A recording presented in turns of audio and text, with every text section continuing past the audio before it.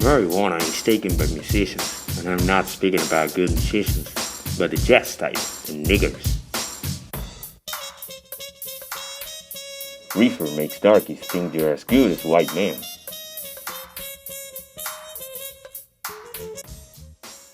Muy pero muy buenas. Por primera vez les voy a dar la bienvenida a La Balada Podcast.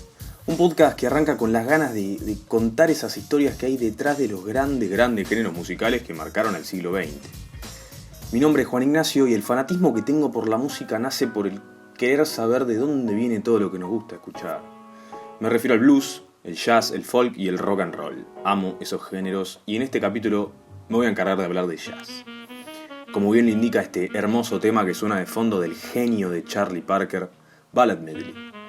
Y se preguntarán, o al menos se imaginan, pero ¿quién es ese muchacho que habló al principio? ¿Qué tiene que ver él con el jazz? Y eso se lo voy a contar más adelante. Es un personaje muy importante para hablar de historia del jazz. Y más que un personaje yo le llamaría villano, el guasón del jazz. O al menos eso creo yo.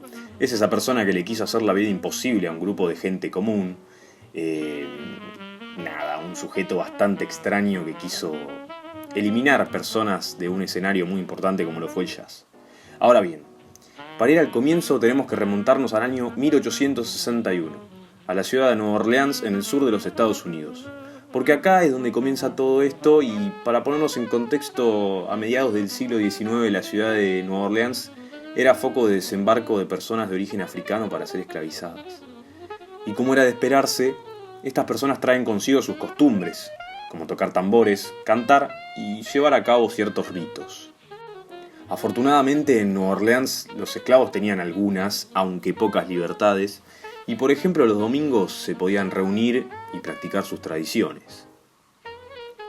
Ahora bien, estamos en el año 1861, la guerra civil está por empezar y faltarían 4 años más o menos para que termine y los esclavos sean declarados completamente libres. Y acá hay un dato curioso, y no por eso menos importante, que es el de las marchas de los soldados. ¿Y a qué me refiero con esto? En aquel entonces, las marchas militares eran un hecho, y los soldados tocaban trompetas, trombones, tambores, redoblantes y demás llamados instrumentos militares en aquella época. Y es importante esto porque la ciudad de Nueva Orleans, post-guerra civil, queda con sus calles repletas con estos instrumentos que caerían en manos de los primeros músicos de Dixieland. ¿Qué es Dixieland? Se preguntarán algunos, y acá les voy a aclarar esto. El Dixieland es el precursor al jazz. Esa manera primitiva de hacer jazz, o sea, los primeros indicios de lo que más adelante sería el gran género como lo conocemos hasta hoy. Entendemos entonces por qué el jazz usa los instrumentos que usa. Ahora, no sabemos por qué se llama jazz, por qué no otra palabra, por qué no quedó Dixieland. La respuesta todavía es incierta, aunque hay algunas teorías con respecto al significado de la palabra. Algunos dicen que se llama así por el perfume de jazmín que usaban las trabajadoras sexuales en los burdeles del sur de Estados Unidos, en Nueva Orleans, en Storyville y aquellas ciudades. Otros dicen que jazz con S viene de un lenguaje propio del África que significaba algo así como que va rápido. Y como al principio el jazz tenía un tempo bastante acelerado, tiene sentido. Pero la realidad es que nadie sabe con certeza cuál es la correcta o la más acertada. Tenemos en claro entonces, cuando hablamos del surgimiento del jazz, que tenemos que indudablemente hablar de algunos personajes importantes. Entonces ahora les voy a hablar del compositor de este tema que suena de fondo, Buddy Bolden. Lo interesante de él es que siempre que se habla de la historia del jazz se lo nombra, pero la información que hay acerca de él es muy escasa. Solo hay una foto y no se sabe con exactitud cuándo nació. Pero todas las personas que estudiaron la historia del jazz coinciden en que es un personaje importante para el desarrollo del género. Bolden tocaba en el barrio de Storyville, ya lo nombré, conocido como el Barrio Rojo en Nueva Orleans, donde sonaba mucho el ragtime y los primeros indicios de jazz empezaban a aparecer. Este sujeto tiene influencias de los primeros sonidos de blues, y con esto en mente se despega un poco de ese sonido de marcha, que es propio del ragtime, y lo lleva a la trompeta y va creando un sonido nuevo. Lamentablemente, por problemas de alcohol, Buddy Bolden muere en un hospital psiquiátrico luego de estar un tiempo ahí por unos temas de desestabilidad mental. Pero no nos olvidemos que todo esto es pura especulación de las investigaciones que hicimos, por lo que no se sabe con certeza. Pensemos que esto fue hace más de 150 años. Otro personaje importante, Jelly Roll Morton. Por ahí lo conocen como el gran compositor de jazz, con temazos como Grandpa Spells, The Crave y el que suena en este momento, The Pearls, Las Perlas. Este muchacho era un tipo carismático y lo llevó al piano, con un estilo muy personal y a veces calcado de infravalorado. Durante sus primeros años de vida, como adolescente tocaba el piano en burdeles de Storyville y para el año 1904 aproximadamente ya estaba de gira por el sur de su país. Él en particular es importante para entender el pasaje entre ragtime y jazz porque combinaba ambos y algunas cositas del blues, como dije de Buddy Bolden. Un innovador para la época realmente, en el año 1920 aproximadamente. Fue el primero también en llevar al jazz al norte, a Chicago más precisamente, y fue el primero en hacer del jazz un género en sí, con un estilo y un genio realmente y lamentablemente infravalorado. Ya sobre el final de sus días, él se encierra en un ambiente bastante oscuro, sin amigos, su música era considerada antigua y tenía un ego bastante fuerte que no lo dejaba tocar como acompañante de una banda. Mientras tanto, ocurre algo en Nueva Orleans que cambiaría el futuro de la música. ¿Y por qué les digo esto? Las autoridades decidieron cerrar los burdeles en Storyville, donde tocaban jazz, y los músicos tienen que emigrar hacia el norte. Todo el movimiento sur-norte provocó que el escenario del jazz se trasladara para allá, y las ciudades como Chicago, Nueva York y demás pasaron a ser las principales. En el año 1922 se traslada de Nueva Orleans, su ciudad natal, un músico más que importante para darle sonido al jazz, Louis Armstrong. King Oliver, un personaje y líder de una banda de Chicago, lo llama a Armstrong para que se una a su banda, ya que casi todo el escenario del jazz estaba ahí, y teniendo en cuenta la relación que tenían, casi de padre e hijo, porque Oliver fue el mentor de Louis en Nueva Orleans desde pequeño y Louis se crió prácticamente con él. Su padre lo abandonó cuando era muy chico. Una vez en Chicago, Louis graba algunos discos con King Oliver y su banda y empieza a crecer como artista y su fama llega a los oídos de Fletcher Henderson, posiblemente el mejor director de orquesta del momento. Cuestión que le ofrece un contrato para que suene a su banda y en un año aproximadamente revolucionó el jazz con su estilo tan particular para tocar la trompeta y su voz ronca y especial.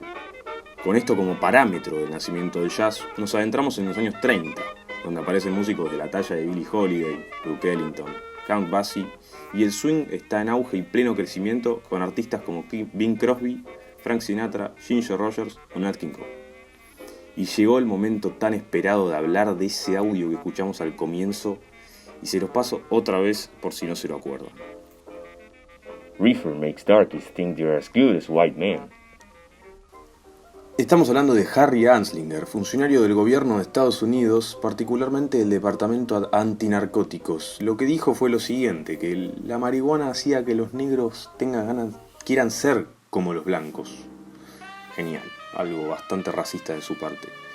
Todo esto comienza cuando Billie Holiday, una cantante negra de los Estados Unidos, canta una canción propia llamada Strange Fruit, que es una canción de protesta en contra del linchamiento de afroamericanos. Anslinger, no muy amable con ella, le pide que deje de cantar esa canción, a lo que ella básicamente lo manda a freír churros. Y a Harry Anslinger no le gustó mucho, entonces él se encargaría de hacerle la vida imposible. Para que se entienda un poco, Harry Anslinger tenía dos problemas grandes. El primero, odio extremo por los negros, y el segundo era un odio por las personas con adicciones. Por ende, Billie encajaba perfectamente para desatar la furia en él. Anslinger le arruinó la carrera a Billie Holiday persiguiéndola, la mandó a la cárcel varias veces, y cuando salía él se encargaba personalmente de que no consiga trabajo en ningún lado. Esto provoca que luego de haberse recuperado de las adicciones, Billie cae en depresión y vuelve a consumir. Entra en un hospital pensando que esta pesadilla terminaba, pero lamento defraudarlos si no conocían la historia, a mí me impactó personalmente. Le diagnostican cáncer y justo cuando estaba en proceso de recuperación, así como si nada, le cortan el medicamento y muere. En paralelo, Judy Garland, una actriz de ese momento, blanca, comienza a tener problemas de adicción. ¿Y cuál es la reacción de Anslinger? Le recomienda que se tome unas vacaciones simplemente. La historia de Billie Holiday es muy impactante y a su vez importante para entender el contexto de la época que se vivía. Anslinger no logró mucho más que esto y la prohibición del cannabis por medio de información falsa y su posición en el gobierno. El jazz siguió creciendo. En los años 40 surge el bebop jazz, que se destacaba por la improvisación. Este movimiento surge en el 41 cuando Dizzy Gillespie, Bill Hinton, Charlie Parker, Thelonious Monk y Kenny Clarke se reúnen en el Minton's Playhouse para unos conciertos informales. Sin embargo, para entender el bebop recomiendo escuchar Salt Peanuts de Dizzy Gillespie, y su estilo personalmente resume de manera perfecta lo que es el bebop. Ya por los años 50 se los puede resumir con un señor llamado Miles Davis, uno de los más importantes de la historia del jazz. Su disco de 1957 titulado Birth of the Cool da lugar al siguiente estilo, el cool jazz, valga la redundancia. Aunque deriva del bebop, este estilo es más cerebral, por así decirlo, tiene como premisa crear un ambiente de calma, más orquestal y con un poco de relación a la música clásica. Más adelante, con el free jazz, se comienza a experimentar mucho y los artistas más jóvenes, como John Coltrane o Miles, dan nombre al post-bop o jazz moderno.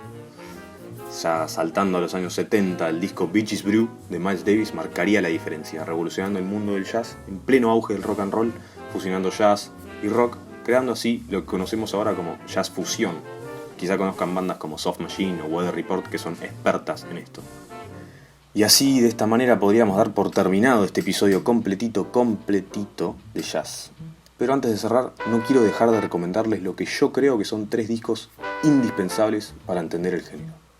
Teniendo en cuenta, obvio, que yo soy más fanático del jazz de los años 40-50 y no de lo anterior. Primero, el Jam Sessions de 1952 de Charlie Parker, una absoluta brillantez llena de improvisaciones. En segundo lugar, Kind of Blue, para mí, de los mejores discos de la historia del jazz, de Miles Davis, en conjunto con John Coltrane. Es un disco precioso del año 59, que no deja de sorprenderme, y remarco este en particular porque es considerado de los mejores discos de la historia de la música. Y por último, el homónimo de Billie Holiday, de 1957, un disco excelente con un sonido vieja escuela, hermoso y de las mujeres más admirables del siglo XX para mí. Ahora sí, me despido. Espero que les haya gustado mucho esta historia de jazz. La próxima nos encontraremos para desnudar al blues. Mi nombre es Juan Ignacio y les dejo un abrazo a la distancia. Esto es La Balada Podcast.